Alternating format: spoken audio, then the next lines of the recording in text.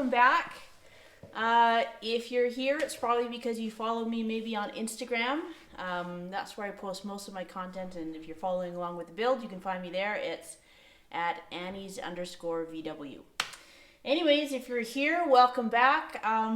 Here we are. We've got this 1600 single port engine put together, and she's ready to be fired up. We're going to do a will she run today. Now, just a little disclaimer, I've actually already run it. I didn't want to jump into the video quite until I had done a few things with it, i.e. getting it run. Just in case there were things I needed to go back and disassemble or anything like that. So what you're seeing is me on day 4 of getting it to run. And so basically what we'll do is I'm just going to take you through each day, kind of how each day went, what I had to look at, what I had to do, and some of the things that popped up, some of the things I had to troubleshoot a little bit. I'm talking about idle. Well, not yet. In order of things that we had to deal with. Carburetor issues, which we'll get to, which is mostly on me not knowing a couple things. So carburetor, idle, possible vacuum leak, and I think that's about it. Everything else was pretty good. Oh, a weird noise that was happening back at the flywheel. But we'll go over all of that. I don't know how long this video is going to be. I have a feeling it's going to be kind of long because I spent 4 days out here, an hour each at least, just kind of running things, trying to troubleshoot some things. So this video might be long, apologies, but I'll try and cut out as much as I can and just get to the good stuff. So anyways, thanks for being here, thanks for following me, and thanks for all the people who have kind of helped along the way with some good advice. And you know, if I've ever had a question, post it up on Instagram, and usually I get lots of good advice there. So anyways, without further ado, we'll just get right into it.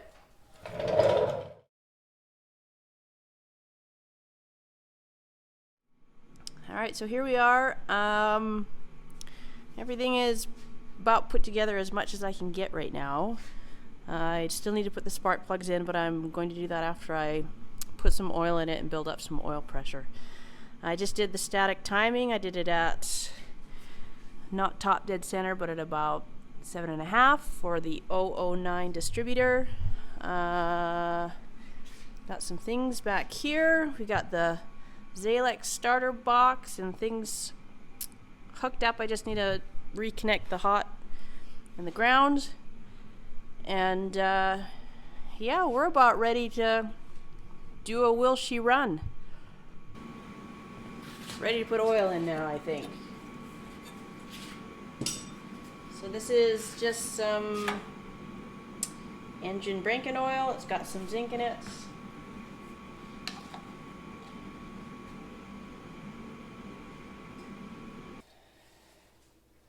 So we're right basically the top of the fill line there. And I think that's a good place to be, because as we build up some oil pressure, all the oil will go through all the oil galleys and everything, and then we'll see what the level is after that. That was about, well, it was basically about exactly 3 quarts. Alright, so I'll connect the hot and ground.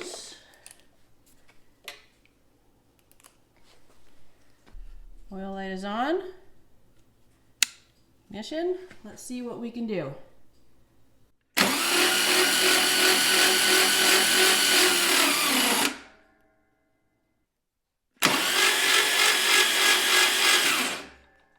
We got oil pressure.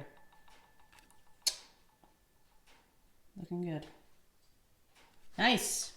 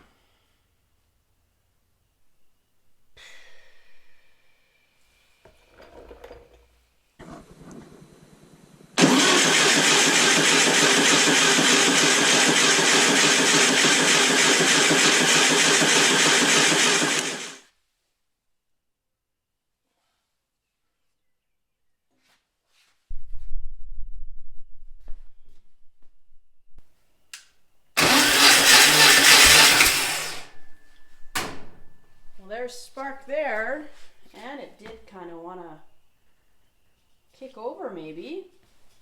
I don't think spark's the issue. I just think maybe perseverance is the issue. I don't know. Gotta be close. Gotta be.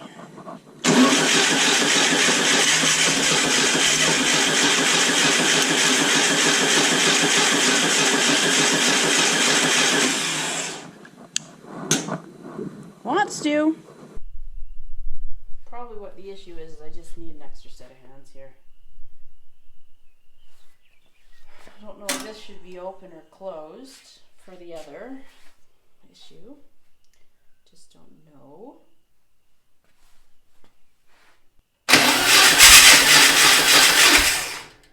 Come on.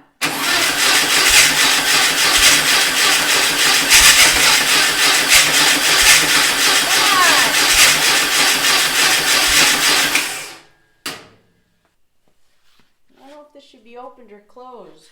Like, how do you set the choke on that? Do you want it closed or opened? Don't really know.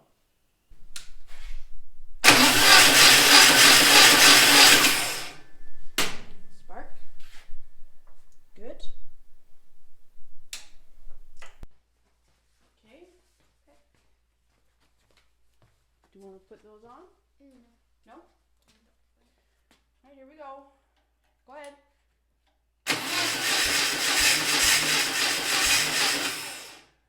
Okay, here we go again.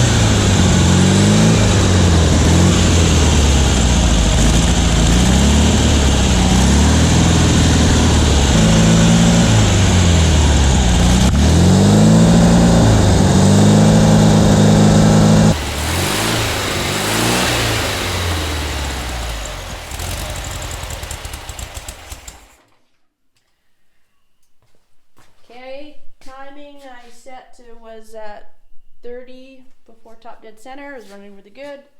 Before it was more like about, I don't know, let's see, about 28 or 29. But they say between 28 and 32, so I split the difference. We're running at 30. That seemed to be okay. I was trying to fiddle with the idle a little bit, but I don't really know very much about that. But that'll be the next time I run it. We're gonna dial in the idle speed.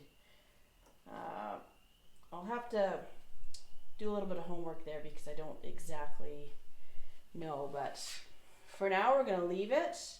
I think we ran it for a solid 20 minutes, revving up above 2,500 RPMs up into the 3,000s. So hopefully that breaks the cam in and everything that it's supposed to do. And yeah, I'm absolutely just pleased as punch. Couldn't be happier. So clearly this starting an engine is a two-man job, because I could not for the life of me. I tried out here for a little while. I just could not get it going until I could come out and get two hands here to open the choke and get the accelerator, whatever. Anyways, all I'm saying is two-man job. That's it for now. I'm going to go in and do some reading on the idle, and then tomorrow after it's all cooled down, I'll come out. I will, what will I do? Adjust the valves. Anyways, that was fun.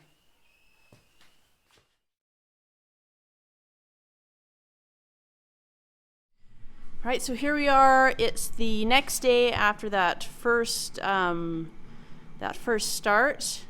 I was very happy with how it went. I mean, as far as I can tell, I think it went just the way it should.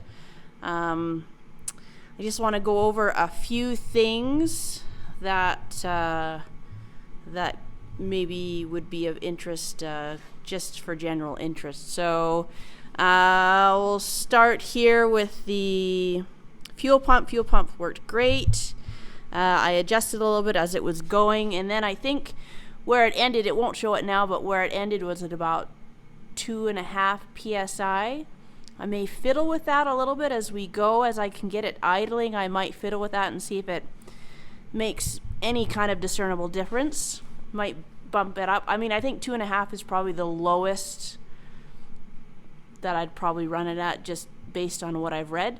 So I'll maybe go up to 3. Seems like a very small difference, but I'm just interested to know if there's anything that, if that makes any kind of a difference.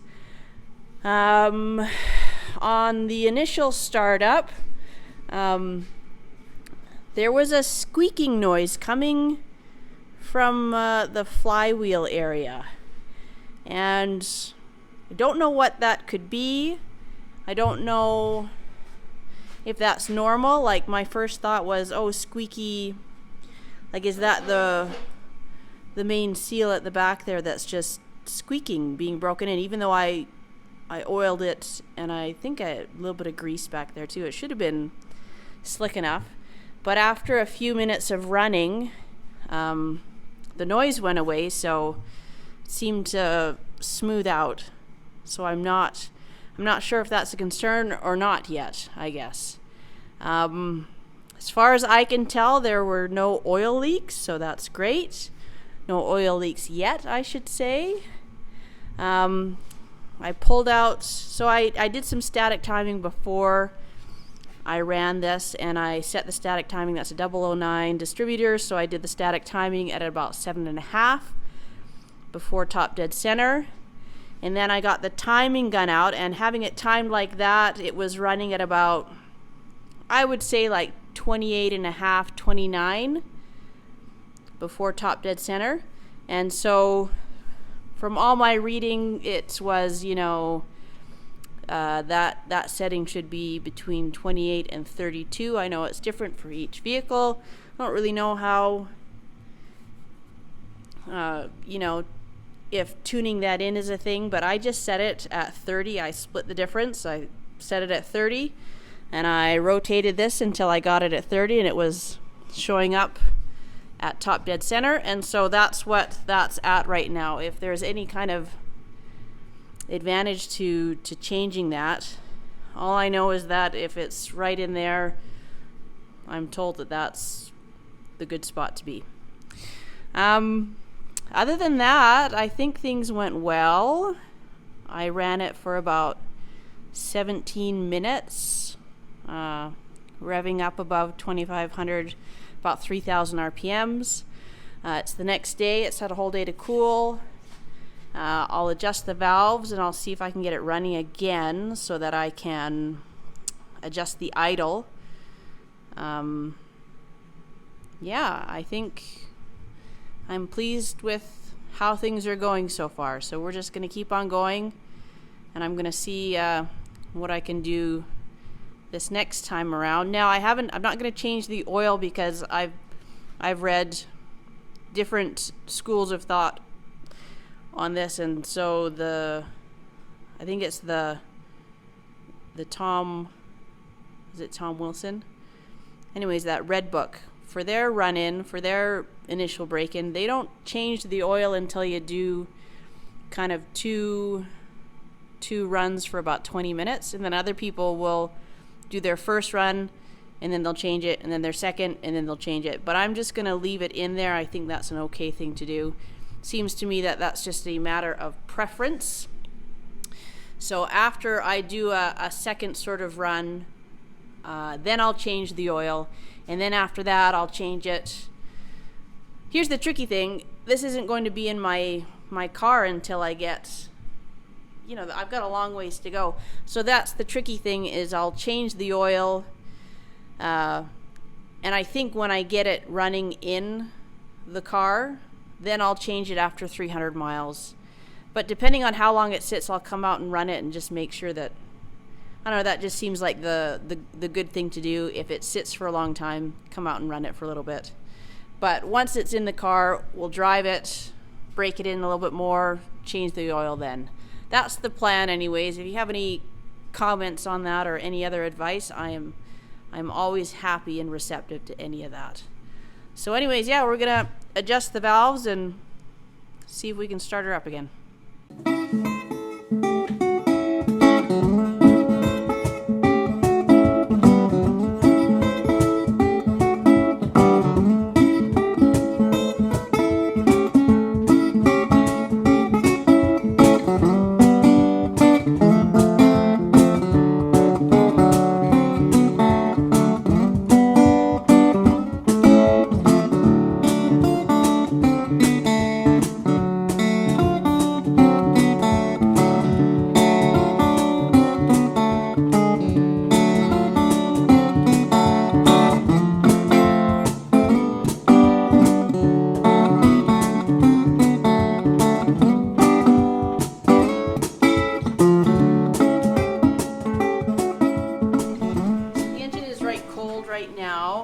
Yesterday when I had the initial startup, I did adjust the choke, and when it was right cold, I adjusted it so that this, the butterfly here, was set just so it was just maybe 1/8 of an inch open. Now when I started it yesterday, I had to open this up and pull on the accelerator. So see how if I just want it barely engaged, I think, I don't know, like I feel like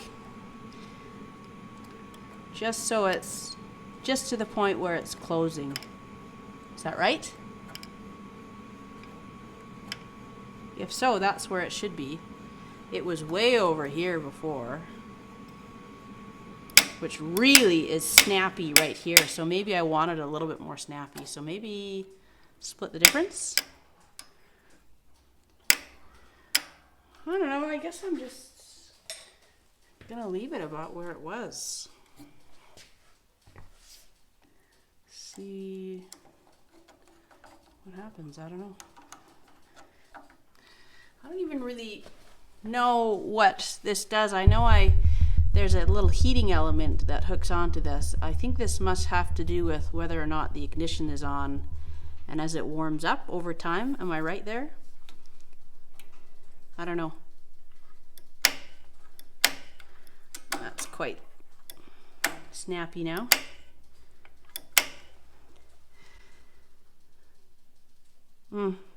Someone out there is going to have some good advice for me on this. I'm just going to hope that someone will tell me a little bit more about the choke situation and what I want it set up at cold. Do I want it fully closed? Because that didn't seem to want to, when I had it fully closed and I was trying to run it initially, it definitely did not want to run. I had to open it up fully and then it ran. So I just don't even know. I don't know. So I think I'm going to try and get it running again. I'm going to try and get the idle mix good. I'll fiddle with the idle and then I'll put the air cleaner on and do a final sort of idle adjustment, if I can even get it started right now. Yesterday I kind of needed extra hands, so we'll just see what happens.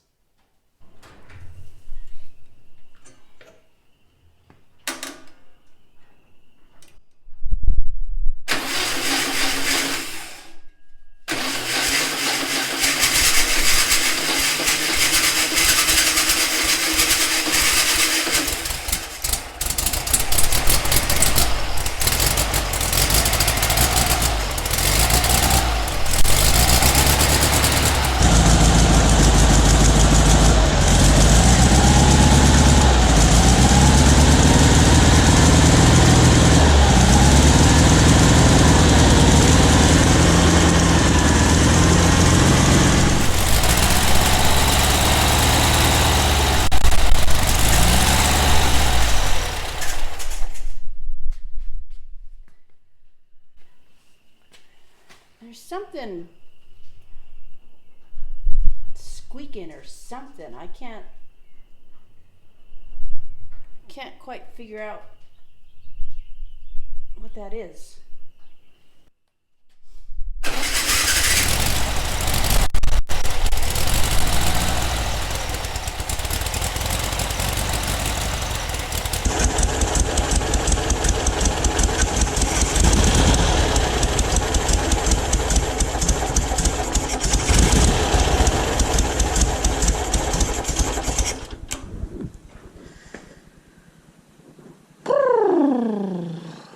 Man, I turned this thing just way the heck out. I don't know.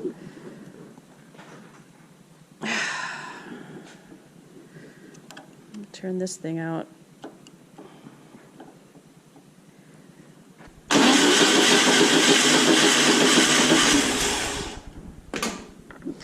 Well, now I might be way off. All right. Turn the large screw all the way in.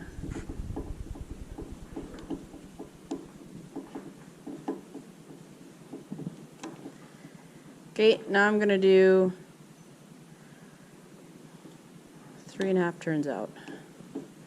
1, 2, 3.5. But I'm going to go 2 more half turns. This is what advice I found on the sound of a good place to start, but because I just have no real understanding of what exactly these do. This is the part I don't love.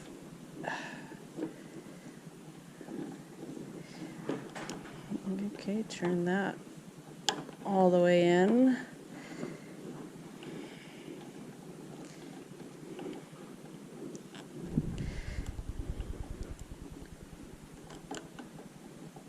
One,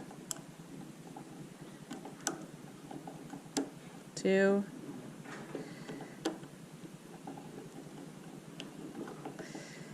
3,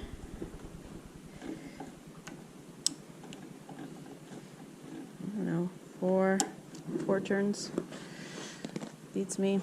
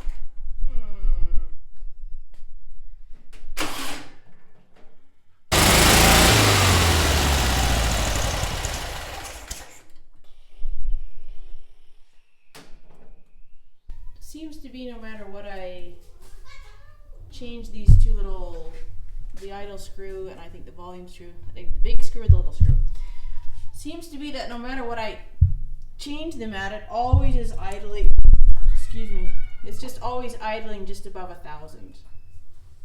No idea. A little bit of gas is coming out here, which is a little bit disappointing, so I gotta figure out if it's the hose or the, yeah. So that's a problem.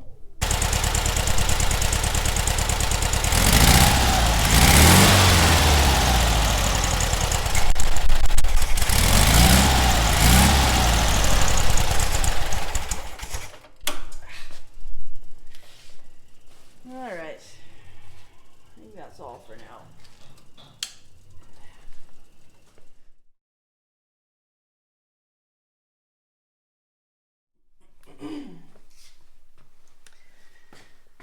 All right, so we're on day 3 of getting this engine running. It as you've seen in the other videos, it starts and all that sort of stuff, and I can run it, but I've been having a hard time having it idle.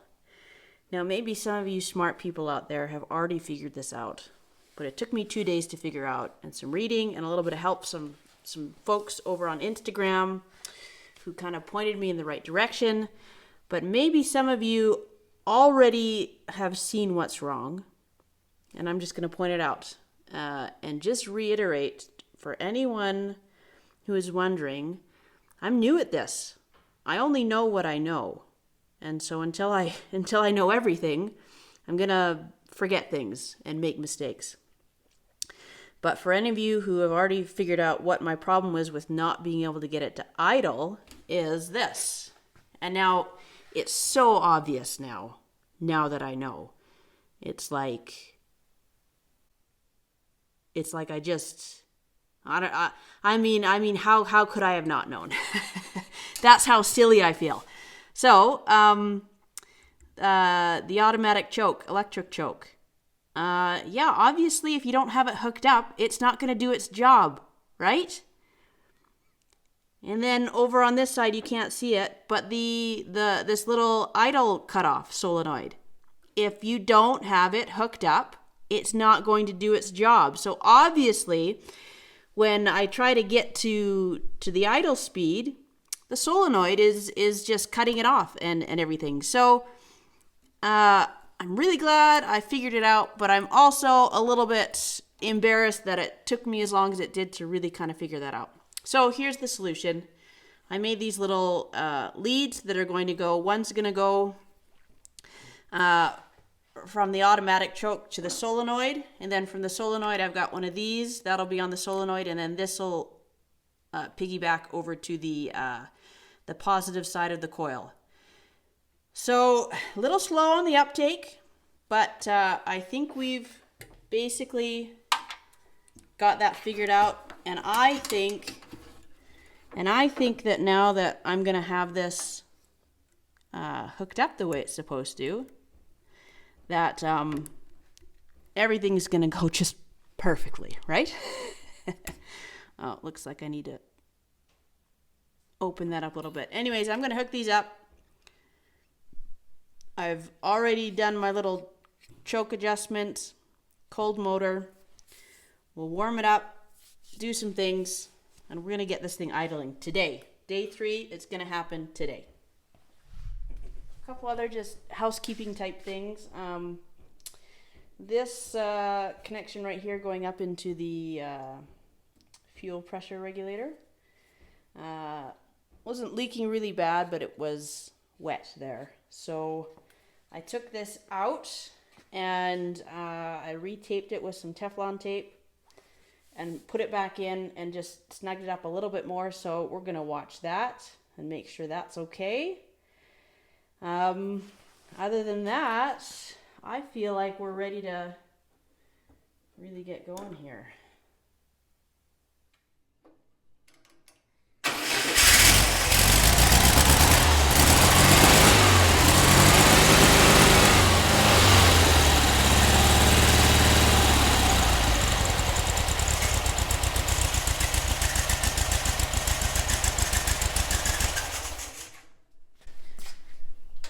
Good, so everything looks to be working just the way it's supposed to. The butterfly on the inside is sitting right up. Engine's warm, everything's looking good. I'm going to adjust the fast idle cam here. Looks to be out just a little bit more than it needs to be. Want it to be just barely touching, and then we're gonna go one more quarter turn.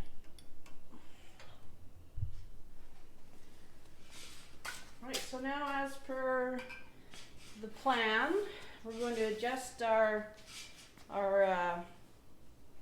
2 screws on the side of the carburetor. I forget what they are, idle screw and mixture screw, I think. So first we'll do the big one. So I'm gonna go all the way in. All the way in. We're gonna go 2.5 full turns out. So I'm going to count, 2.5 full turns. 1, 2.5. So that's our starting point. And then we're going to do the same to the mixture screw here. So I'm going to go all the way in, seat it gently. Okay, so 2.5 out. All right, let's fiddle around for a minute and see what we can do. Get this going again.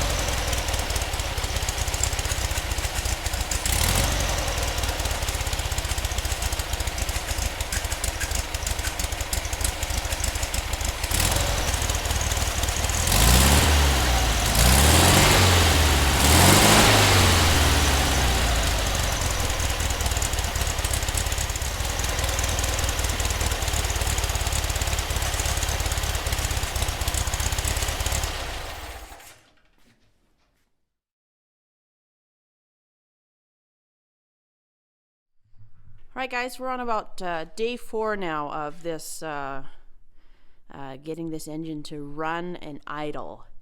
So we're at the stage now where I'm just I'm trying to get it to idle right around 950, 900, somewhere around there. Been through a few trial and error type things. It wasn't idling, and that was because I went over this already. That was because of, I didn't have my electric choke or my my idle cutoff solenoid powered up. So that's on me. That's on me. Got that figured out, and everything was going really well. And then I was still having trouble getting it down a little bit, and I thought maybe vacuum leak. So I came out and I did a few things. So I thought maybe vacuum leak where the intake manifold comes to the heads. I loosened these off, and especially on the other side, these bolts were quite loose. So I feel like maybe I just didn't have them tightened down very much. And then on this side, when I lifted this flange, it was a little bit wet down there with some fuel. So definitely a problem. So I torqued it all back down, tightened up some things, made sure that we were tight here, so there's no vacuum leak happening there. In case anybody's interested, thermostat's working great. Turn it on, heat it up, it does its job. So thermostat is working the way that it's intended to. Let's see if I can fixed up this right here. I think I already talked about that. Oil leaks. We'll come down here real quick. Oil leaks. You can see a little bit of oil on the ground there. I think we're coming out, I don't know, I think it's coming out on the outside-ish, just right around here. So, I mean, as far as oil leaks go, I mean, if I'm only leaking maybe from the sump plate, I'm pretty happy with that.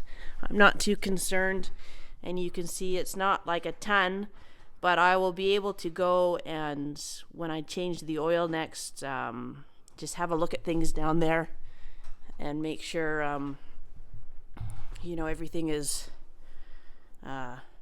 looking good, I guess. Just have another second look. I'm going to maybe check for vacuum leak problem. I read online that maybe the first test that you can do is get your engine warm, and once your engine's warm and you got it idling, if you just block that off there so there's no air intake, what should happen is that the engine should die basically right away. And if it doesn't die, obviously that means that air is getting in somewhere else. And so I'll do that check, see what happens with the engine. Hopefully it just dies right away. If it doesn't, then we got a problem and I have to run around and see if there's a vacuum leak. And we'll cross that bridge when we need to. How about that? But anyways, I think we're just about there. I think I've tuned things in the way they need to. Just going to do a little bit of housekeeping things.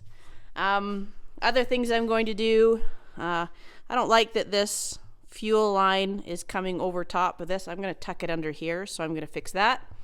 I don't like how this comes around like that. I worry about over time if it will kink at all. So I'm going to get a little elbow here that'll shoot it down, and then I'll bring it around this way maybe.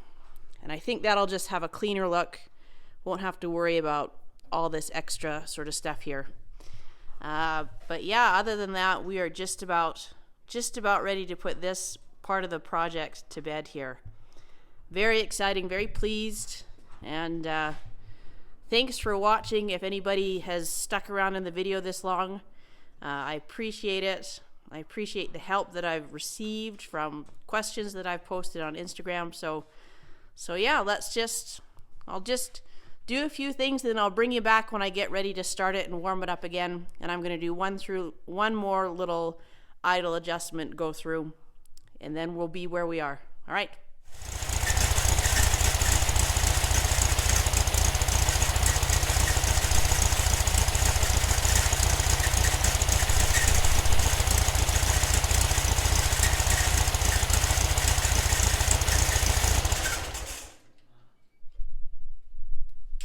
Guys, so that was the vacuum test, the vacuum leak test.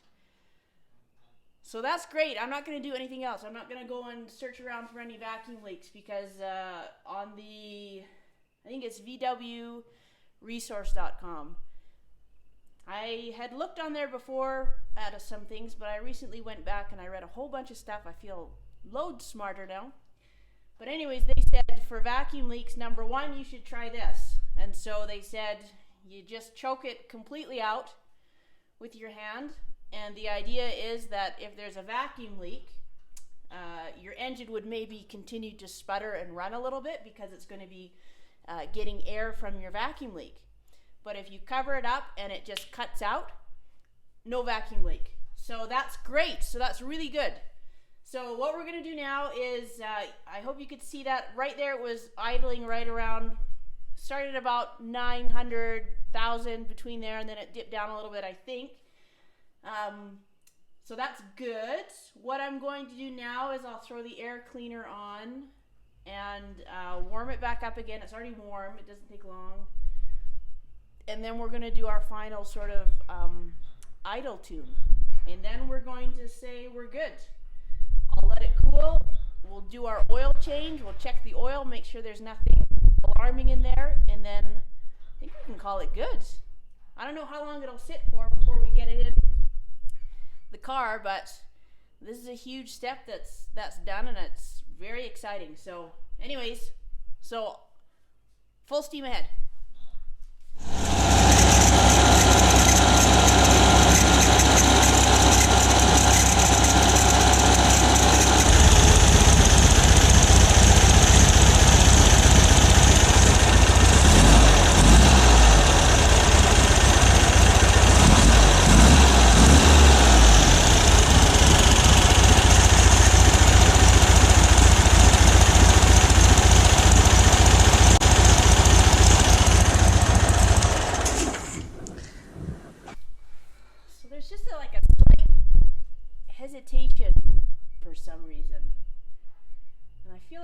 it tuned in better near the beginning.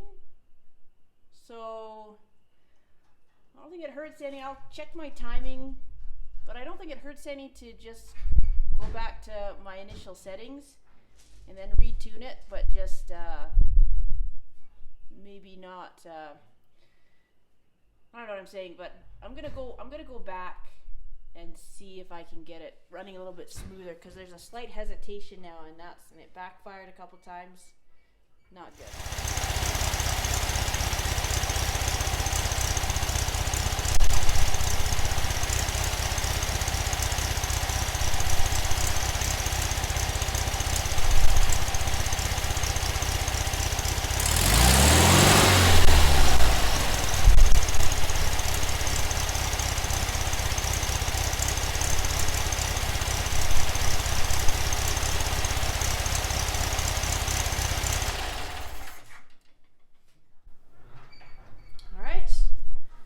There we have it. I think I'm gonna be happy with where that is. Of course, some of you good folks out there might know a little bit more than I do, and you might have some advice for me. Please leave it in the comments. But for now, I'm gonna let things lie as they are. I'll come out and change the oil, and we'll see if there's anything in that. And other than that, I think I'm pretty happy with things. Things are looking real good. Alright guys, so the last thing that needs to happen is an oil change here. You can see right here, there's some oil that is leaking around the sump plate. I don't believe it's coming through any of the bolts. It's coming through where the plate meets the case. So can't tell you exactly where, but I don't think it's coming out of either of these bolts on the side, but I think it's coming out just somewhere right around here.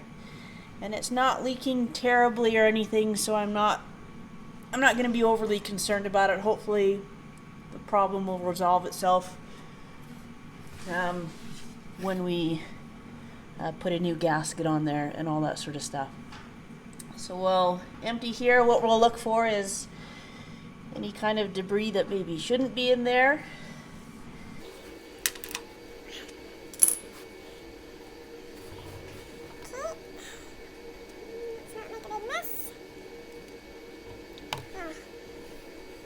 It's quite dirty. I ran it probably a little bit longer than I should have.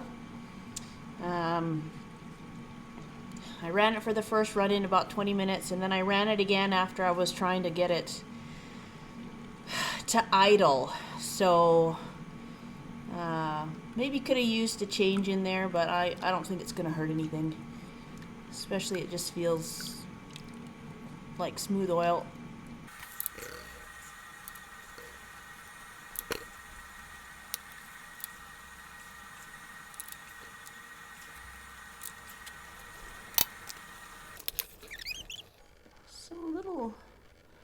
Just a little bit of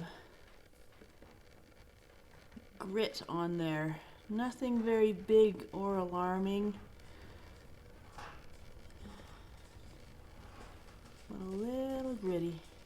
Very little. Very little.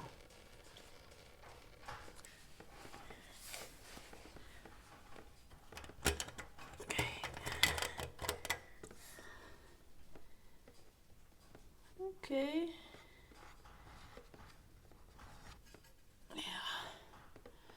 Alright, we'll let that drain for a little bit. I'm going to go clean these little pieces up. We'll get the gasket off. We'll try and clean up the area up there a little bit. And then we'll put some new oil in. Get new crush washers. And we'll see how it goes. These are gaskets that I think came with the engine hardware kit. They appear to just be kind of like a cardboard. These are a little bit different than the other gaskets that I used the first time around. So we'll give these guys a go and see if they're as good as, worse than, or equal to what I've already used.